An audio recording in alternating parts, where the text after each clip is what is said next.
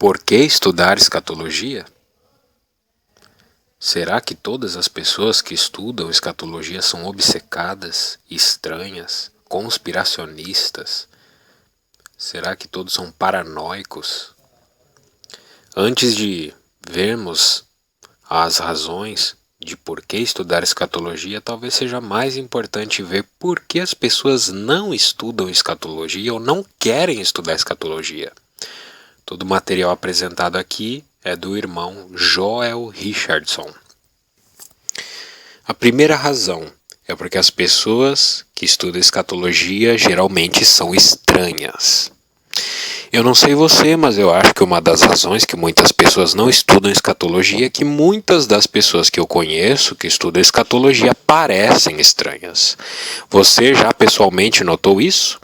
Através dos anos já frequentei vários grupos caseiros, que são basicamente uma pequena reunião semanal de cristãos que geralmente se encontram nas casas das pessoas pelo propósito de comunhão e edificação mútua. E parece que nunca falha, sempre há uma pessoa em cada grupo que parece obcecada pelo fim dos tempos. Não importa sobre o que seja a discussão, elas parecem sempre querer falar dos fins dos tempos. Verdadeiramente pode ser um estraga-prazeres, pode realmente fazer as pessoas se sentirem desconfortáveis. Você já passou por isso? Pessoalmente, parte do meu temor em escrever esse livro, no caso ele está se referindo ao livro Anticristo, o Messias esperado pelo Islã, é que eu não queria ser visto como um desses caras. O autor do livro diz que ele não queria ser visto como um desses caras estranhos. Então talvez você seja como eu e da mesma forma não queira ser visto como um estranho no ninho, e por essa razão se afastou do estudo da escatologia. É compreensível, mas posso certificar-lhe de algo? O tipo de pessoa que estamos falando era só um pouco diferente antes de começar a estudar escatologia. A escatologia não é responsável pela estranheza ou falta de traquejo social de ninguém. Isso precisa ficar bem claro. Se você é o tipo de gente que não afasta pessoas agora, então você não afastará pessoas após você se tornar familiar com a escatologia. Além disso, decisões baseadas em o que as pessoas podem pensar não deveria ser base de ninguém para a tomada de decisões. Isso conforme Provérbios 29 e 25. Foi o apóstolo Paulo que disse uma vez que se suas ações e comportamento forem motivados pela preocupação do que as pessoas pensariam dele, então ele não seria mais servo de Cristo, conforme Gálatas 1:10. Eu espero que estejamos em acordo nesse ponto. Razão 2. Escatologia é impossível de entender. Outra razão pela qual as pessoas não estudam escatologia é que elas acham que é difícil e confuso, que é impossível de entender. Então por que se preocupar? Deixe-me dizer claramente, sem nenhuma reserva, essa suposição é uma mentira descarada.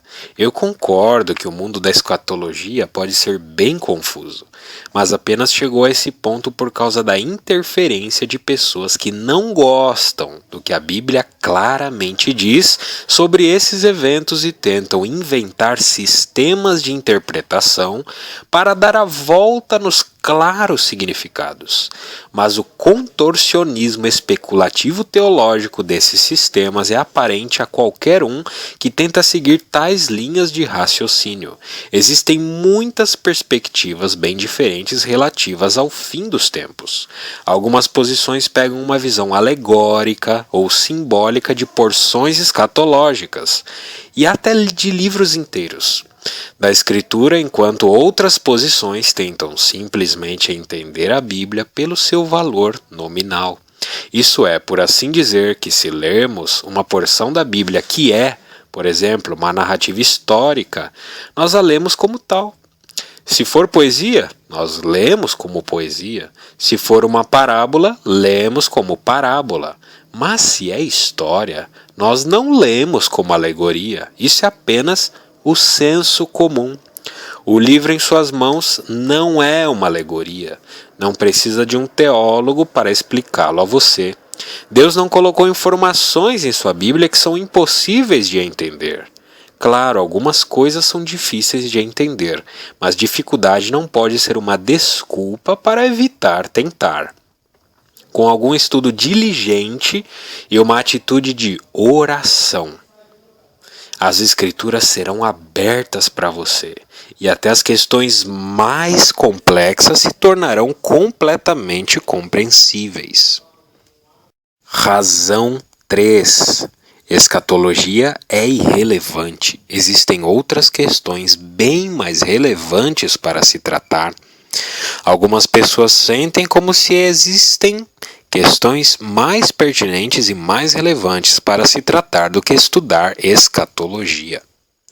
Elas pensam que nós deveríamos nos ater ao trabalho do ministério às necessidades imediatas do povo à nossa volta, ao invés de ficar olhando as nuvens, ocupando-se com eventos futuros perpetuamente no horizonte.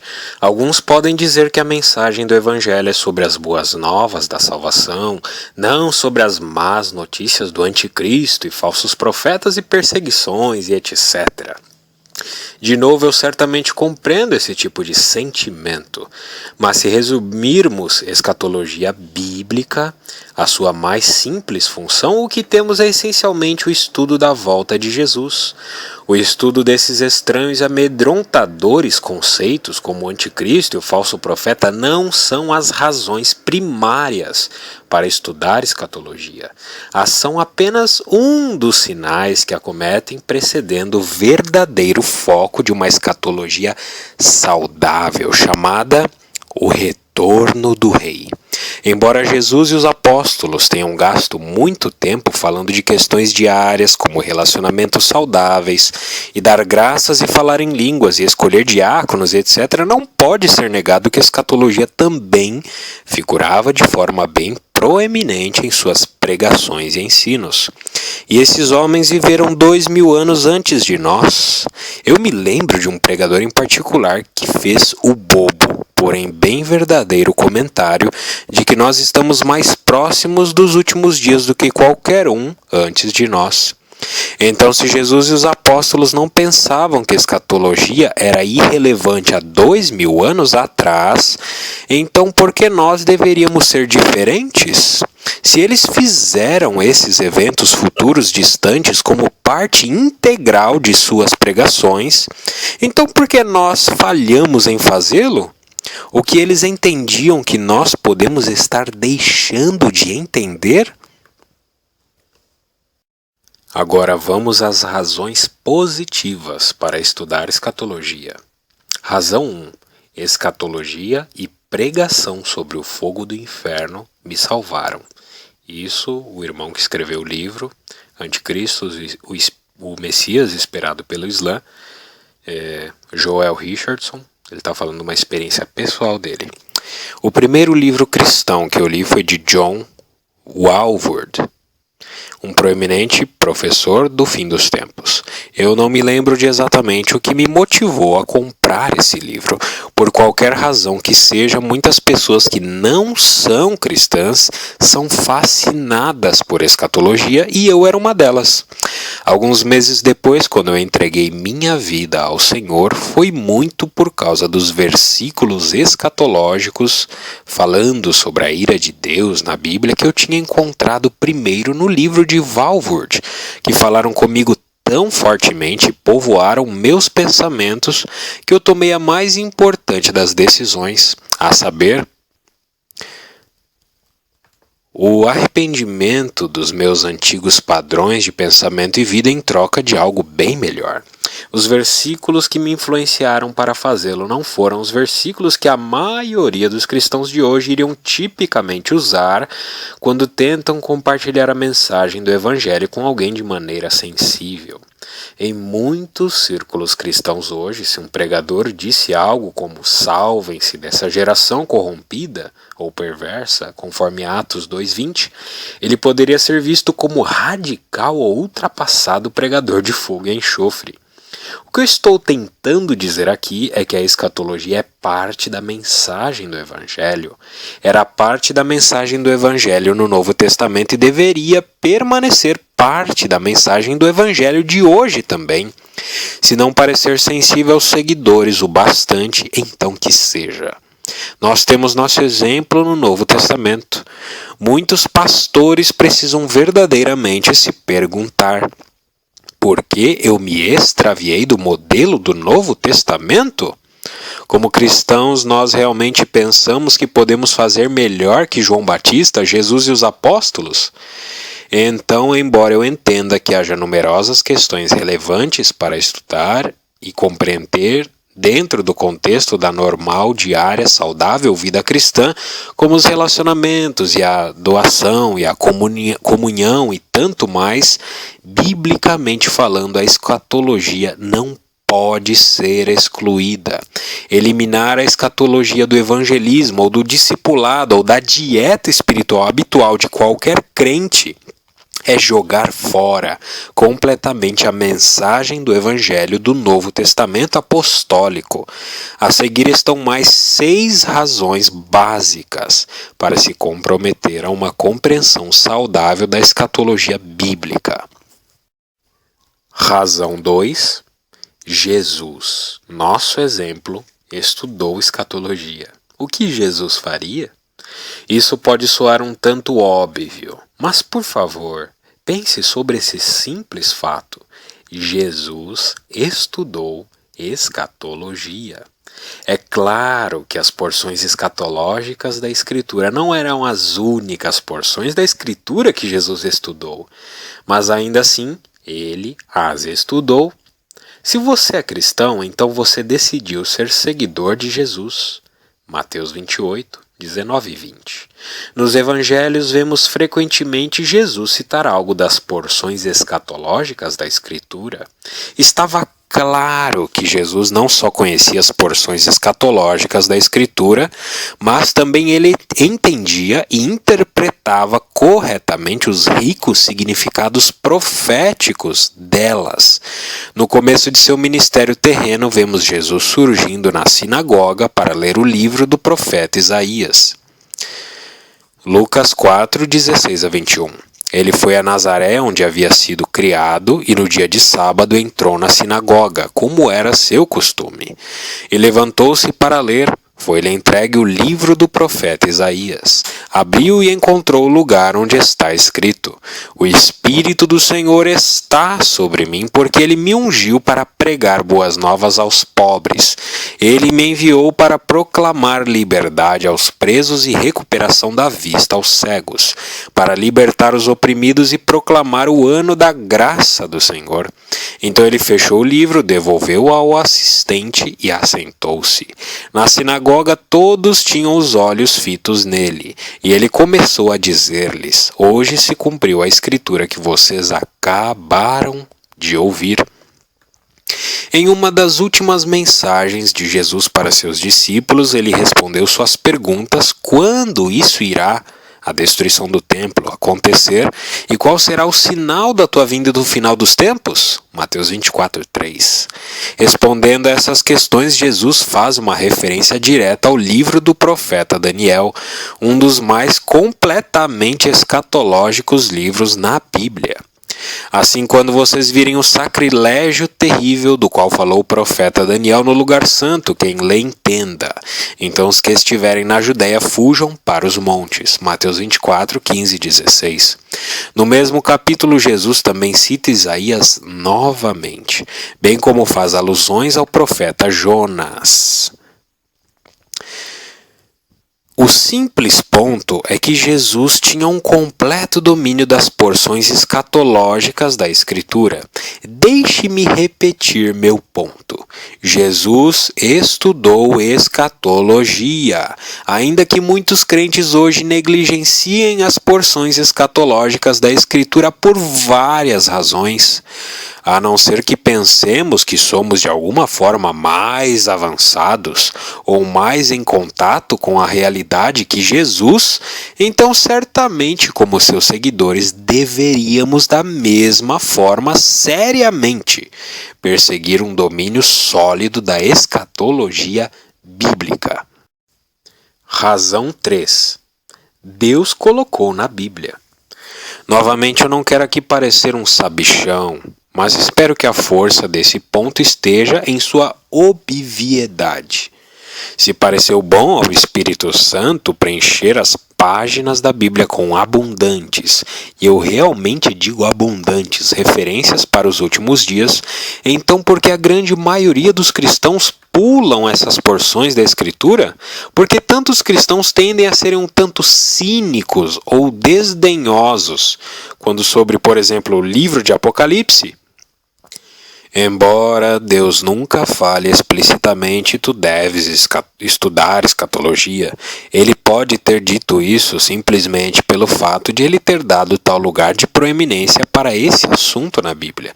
Devemos perguntar a nós mesmos, se Deus não quer que eu estude ou entenda isso, então por que isso está aqui?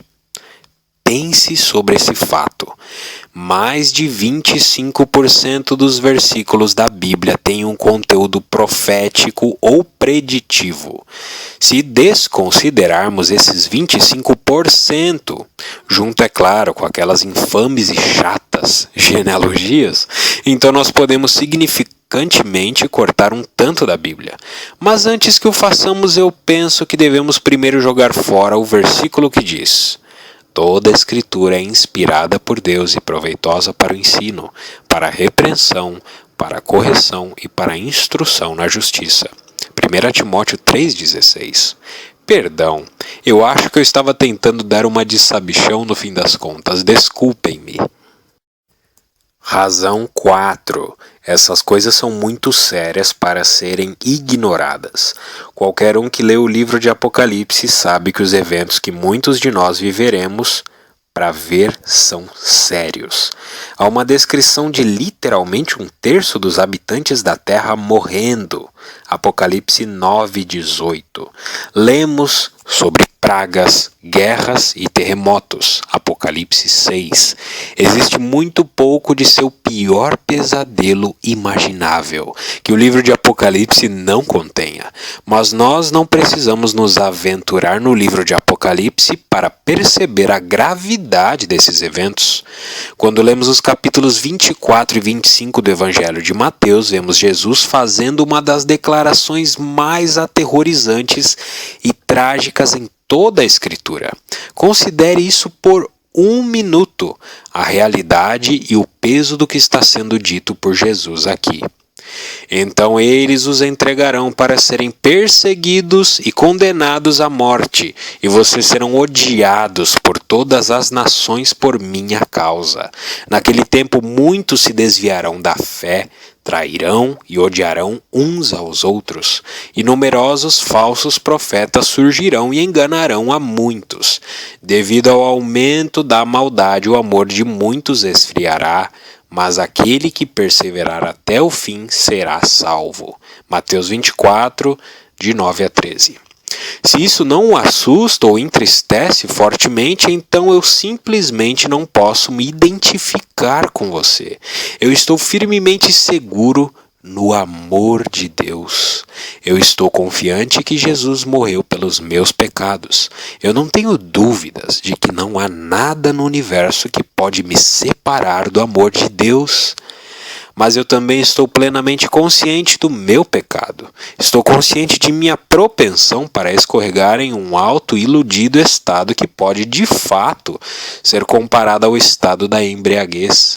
A expressão acima não diz muitos cessarão de ir à igreja, mas sim muitos se desviarão da fé e o amor de muitos esfriará.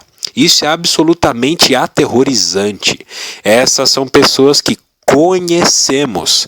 Essas são pessoas que nós tivemos uma boa amizade.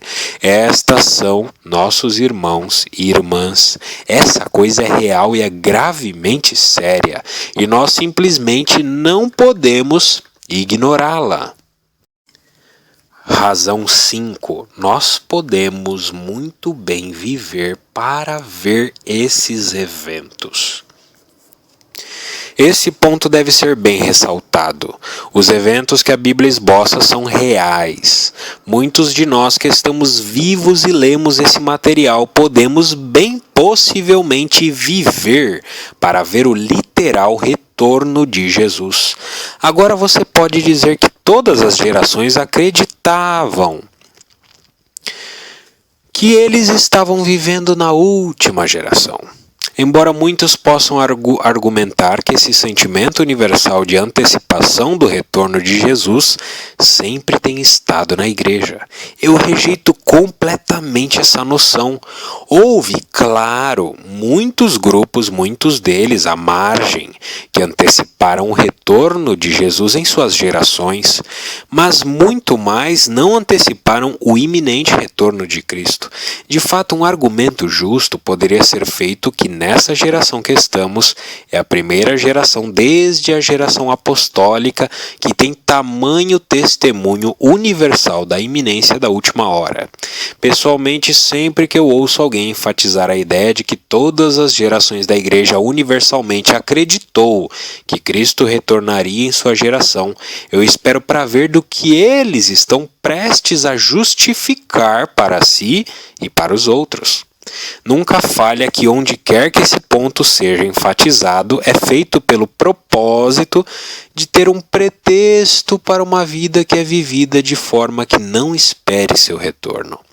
Novamente, a questão que todos nós precisamos nos perguntar, especialmente aqueles que são líderes na igreja, é: nossas atitudes são as mesmas da igreja primitiva?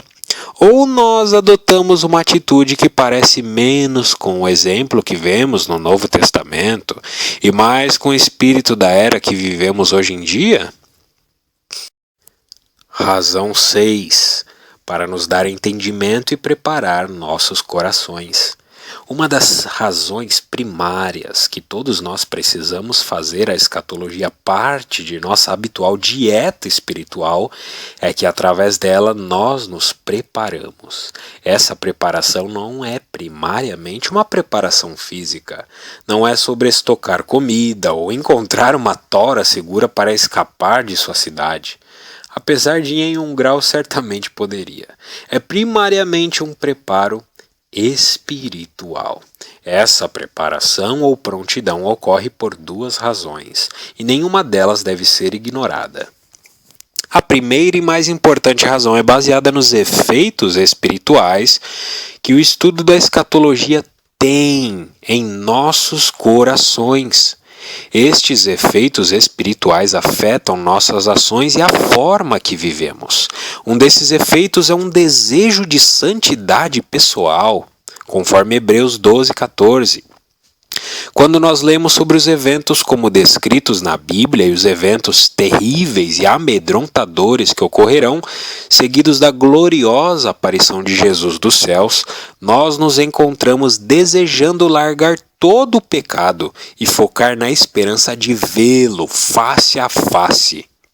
De fato, todos que têm essa esperança fixa nele se purifica, como ele, Jesus, é puro. 1 João 3:3. Quando lemos a descrição de nós como a noiva de Cristo, nós desejamos nos purificar e manter nossa castidade para nosso futuro esposo. Efésios 5:25-27, Cristo amou a igreja e entregou-se a si mesmo por ela, para santificá-la, tendo-a purificado pelo lavar da água mediante a palavra, e apresentá-la a si mesmo como igreja gloriosa, sem mancha nem ruga ou coisa semelhante, mas santa e inculpável. 2 Coríntios 11:2. O zelo que tenho por vocês é um zelo que vem de Deus. Eu os prometi a um único marido, Cristo, querendo apresentá-los a Ele como uma virgem pura. nós também iremos certamente desenvolver uma grande urgência pela oração e evangelismo, e talvez até na fundamentação de igrejas. Nós podemos encontrar uma profunda necessidade de comunhão e comunidade com amigos seguidores de Jesus. Hebreus 10, 25. E existem muitos outros benefícios espirituais positivos no estudo da escatologia. Todos esses efeitos são parte do grande efeito cumulativo que nos deixará prontos pelos grandes e terríveis dias à nossa frente e até o dia que Jesus finalmente retornar. A segunda razão que a escatologia nos prepara é através da presciência e entendimento que ela comunica. Simples. Estar pré-avisado é estar pré-armado. Se de fato somos a geração que está vivendo logo antes do retorno de Jesus, então este fator não poderia ser mais crucial. O estudo da escatologia não apenas prepara nossos corações, mas também nos dá descrições específicas de eventos futuros que precisamos vigiar. Haverá coisas literais que ocorrerão na Terra que precisaremos entender mentalmente para escapar delas ou evitá-las, conforme Mateus 24, 15 e 16. Apocalipse 14, 9 também. Verdadeira prontidão vem através da piedade, comunhão contínua com Ele, de uma resposta informada ao desenrolar externo dos sinais e eventos que estão ao nosso redor. É a comunhão que é uma coisa que tem prioridade sobre todas as outras questões na vida cristã. Marcos 12, 29 e 30, Salmos 27, 4, Lucas 10, 42. Mas ele também espera que não sejamos ignorantes. De novo, esse é o motivo pelo qual ele compartilhou tanta informação conosco. Jesus disse: vejam que eu os avisei antecipadamente. Mateus 24, 25. Então ambos, o entendimento e prontidão espiritual, são combinados em nossos corações e vidas para nos fazer verdadeiramente prontos. Este estado de prontidão é descrito na Bíblia como termos como sobriedade, estado de alerta, vigilância, etc. E somos avisados abundantemente para sempre permanecermos em tal estado. Em Mateus 24 e 25 nós vemos Jesus repetidamente dizendo coisas como: estejam alertas. Mateus 24, 42 e 25, 13. Não deixem que ninguém vos engane. Mateus 24, 4.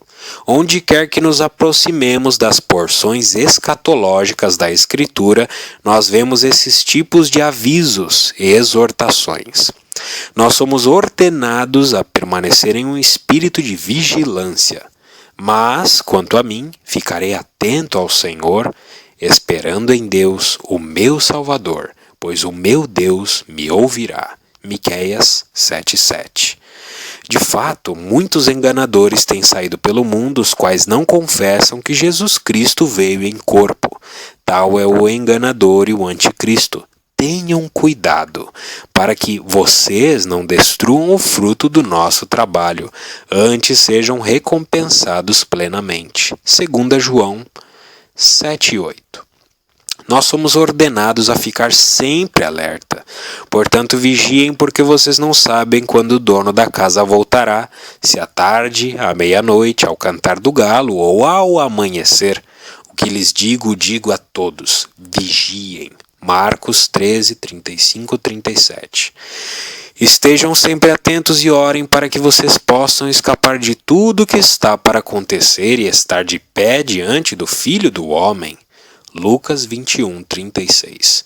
E dentre vocês mesmos se levantarão homens que torcerão a verdade, a fim de atrair os discípulos. Por isso vigiem.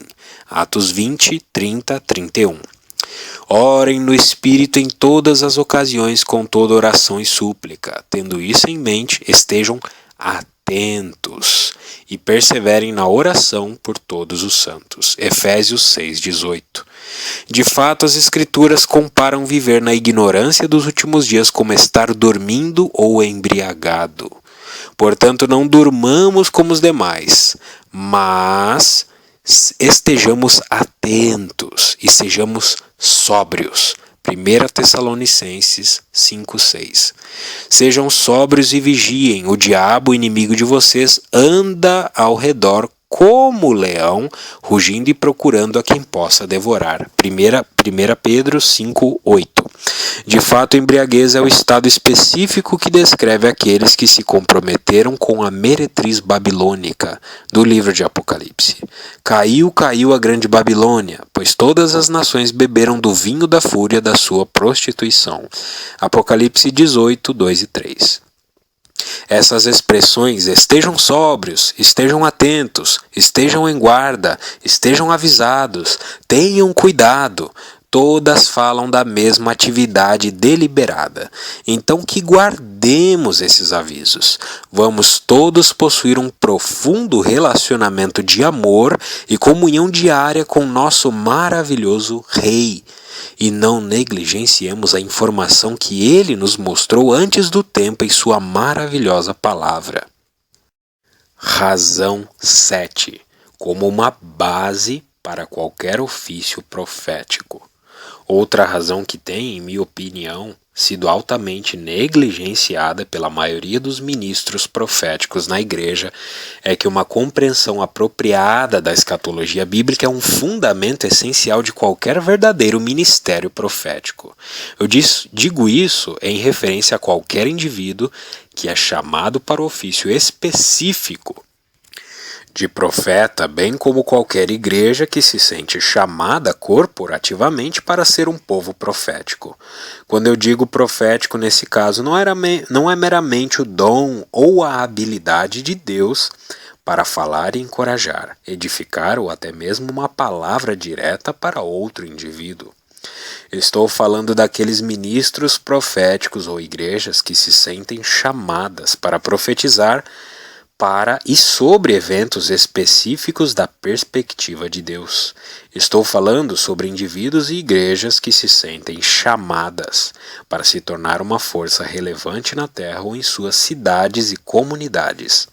É minha convicção que, como resultado da falta de uma clara visão do futuro fundado em um entendimento apropriado da escatologia bíblica, a igreja sofre e tende a ser bem menos eficiente como um verdadeiro povo profético. O mesmo pode ser dito relativo a qualquer indivíduo que é chamado para um ministério profético.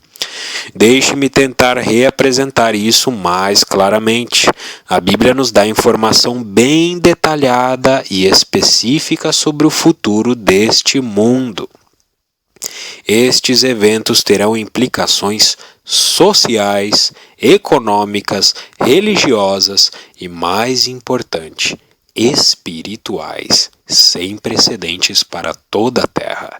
Se alguém crê que é chamado para ser uma voz profética que fala com relevância e poder de Deus ao mundo e à imensa morna igreja ocidental.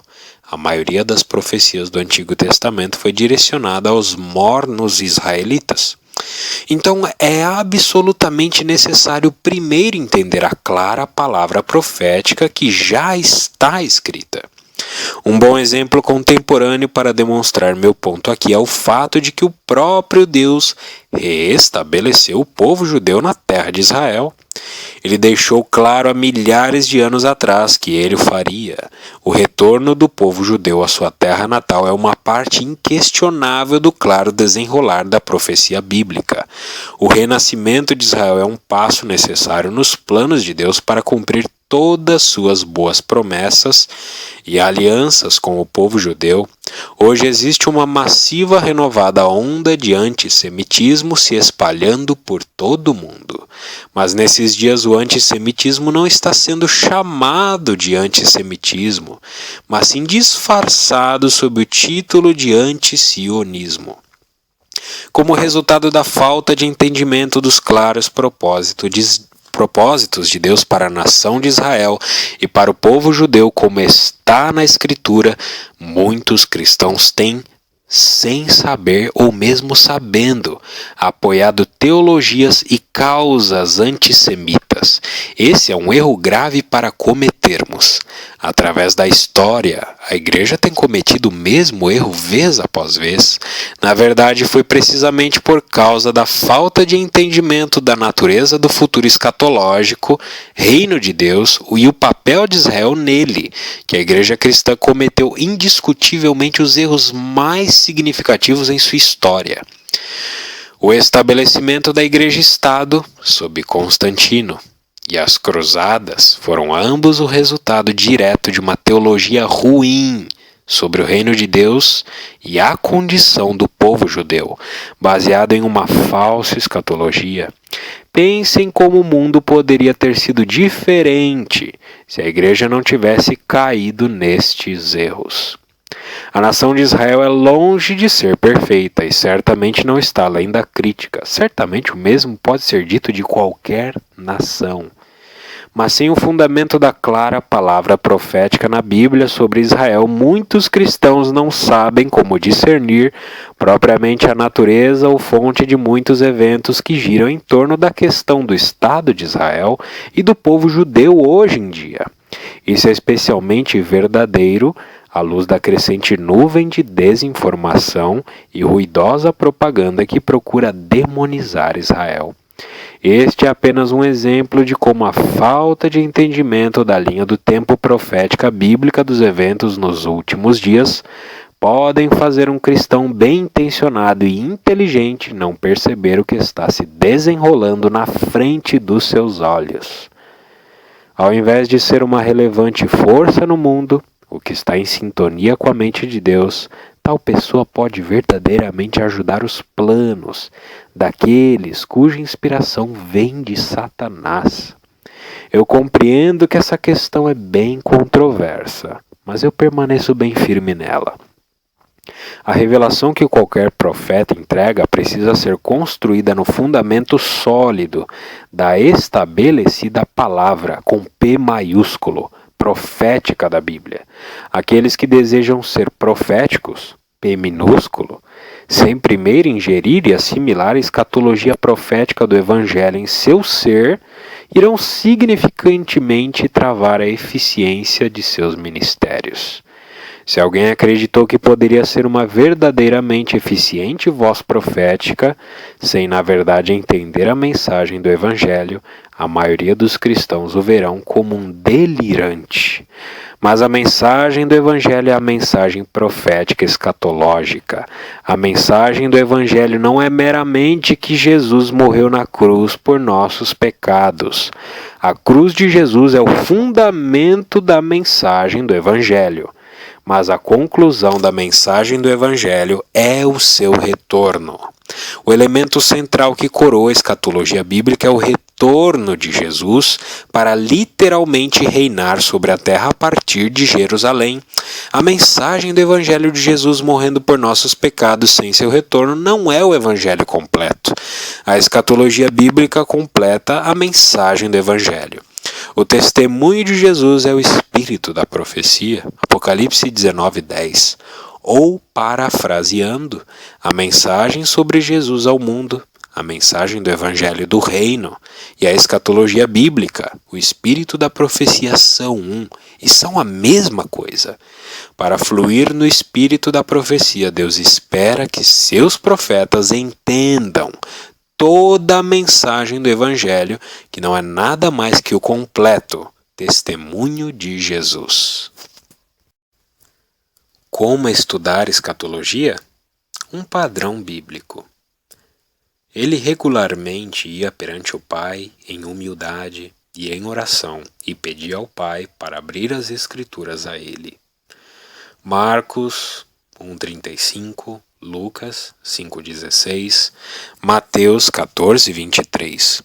Eu penso que é uma afirmação segura dizer que Jesus veio a entender seu chamado para o mundo e finalmente sua morte na cruz não exclusivamente em virtude do fato de que ele era a palavra de Deus encarnada, mas também pelo estudo diligente das Escrituras, junto com a disciplina de gastar tempo com o Pai através do Espírito Santo em oração. E embora a Bíblia não declare explicitamente o quão frequentemente Jesus jejuava, eu estou confiante que ele jejuava regularmente. João 4:32, Mateus 17:21, Hebreus 5:7. Jesus viveu sua vida na terra na total dependência do Espírito Santo. Lucas 4:1. Se desejamos ser verdadeiros seguidores de Jesus e entender o que as Escrituras têm a dizer sobre o futuro de nosso mundo, nosso país, nossas cidades, nossas vidas e as vidas de nossas famílias, nós precisamos diligentemente estudar as Escrituras com oração e consistente jejum habitual. É simples assim. Não existem atalhos. Deus promete que se nós o buscarmos diligentemente, Ele responderá. Clame a mim e eu responderei, e lhe direi coisas grandiosas e insondáveis que você não conhece. Jeremias 33:3. Por isso lhes digo, peçam, ele será dado, busquem e encontrarão, batam e a porta lhes será aberta. Lucas 11:9. Vocês me procurarão e me acharão quando me procurarem de todo o coração. Jeremias 29:13. Oração e jejum combinados com uma atitude de desespero moverá o coração de Deus para responder. Eu creio que em relação aos últimos dias, este é o padrão que precisará ser seguido. Nós vemos este padrão na vida do profeta Daniel. Vejamos o que diz em Daniel 9, de 1-4. Dario, filho de Xerxes, de origem meda, foi constituído governante do reino babilônio. No primeiro ano do seu reinado, eu, Daniel, compreendi pelas Escrituras, conforme a palavra do Senhor dada ao profeta Jeremias, que a desolação de Jerusalém iria durar 70 anos. Por isso me voltei para o Senhor Deus com orações e súplicas, em jejum, em pano de saco e coberto de cinza. Orei ao Senhor, ao meu Deus, e confessei. Note o padrão. Daniel lê a escritura do antigo profeta Jeremias e discerne que ele está vivendo em tempos que foram profetizados. Sua resposta é nosso mandato. Por isso me voltei para o Senhor Deus com orações e súplicas, em jejum, em pano de saco e coberto de cinza. Orei ao Senhor, ao meu Deus, e confessei. Daniel não terminou de orar quando o anjo Gabriel apareceu a ele. Daniel 9, 20-23. Enquanto eu estava falando e orando, confessando o meu pecado e o pecado de Israel, meu povo, e fazendo o meu pedido ao Senhor, ao meu Deus, em favor do seu santo monte, enquanto eu ainda estava em oração, Gabriel, o homem que eu tinha visto na visão anterior, veio a mim, voando rapidamente para onde eu estava, à hora do sacrifício da tarde. Ele me instruiu e me disse: Daniel, agora vim para dar-lhe percepção e entendimento. Assim que você começou a orar, houve uma resposta que eu lhe trouxe porque você é muito amado. Por isso, preste atenção à mensagem para entender a visão. Fantástico! Se você se sente confuso ou desesperançoso de algum jeito sobre nunca entender os últimos dias, encoraje-se nessa história e nesse padrão. Quando nós fazemos nossa parte estudando, orando e jejuando, pedindo por discernimento, entendimento e revelação, então Deus prometeu fazer sua parte e responder com assistência sobrenatural. Ele virá e abrirá a Escritura e até nos iluminará concernente aos eventos mundiais. E é especificamente esse tipo de iluminação espiritual que nós iremos precisar nos dias a seguir. Mas tenha coragem. Embora o futuro possa parecer assustador, nós não o enfrentaremos sozinhos. Jesus prometeu não nos deixar órfãos e que Ele estaria aqui para nos ajudar. E eu pedirei ao Pai, Ele lhes dará outro conselheiro para estar com vocês para sempre, o Espírito da Verdade. O mundo não pode recebê-lo porque não o vê nem o conhece, mas vocês o conhecem, pois ele vive com vocês e estará em vocês. Não os deixarei órfãos, voltarei para vocês. João 14, 16 a 18. Ele prometeu bem especificamente que nos últimos dias haveriam aqueles que brilhariam com seu esplendor e dariam entendimento e luz para outros. Daniel 12:3. Aqueles que são sábios reluzirão como o brilho do céu, e aqueles que conduzem muitos à justiça serão como as estrelas para todo sempre. Daniel 11:33. Aqueles que são sábios instruirão a muitos, mas por certo período cairão pela espada e serão queimados, capturados e saqueados. Daniel 12:9 e 10. Ele respondeu: siga o seu caminho, Daniel, pois as palavras estão seladas e lacradas até o tempo do fim. Muitos serão purificados, alvejados e refinados, mas os ímpios continuarão ímpios. Nenhum dos ímpios levará isto em consideração, mas os sábios sim. Agora, infelizmente, existe o óbvio lado ruim também mencionado aqui, que muitos cairão e serão refinados pela purga e tribulação e etc. Mas o ponto aqui é que nos últimos dias Deus declarou que Ele levantará aqueles que irão brilhar forte. Eles levarão muitos à justiça e irão dar entendimento a muitos.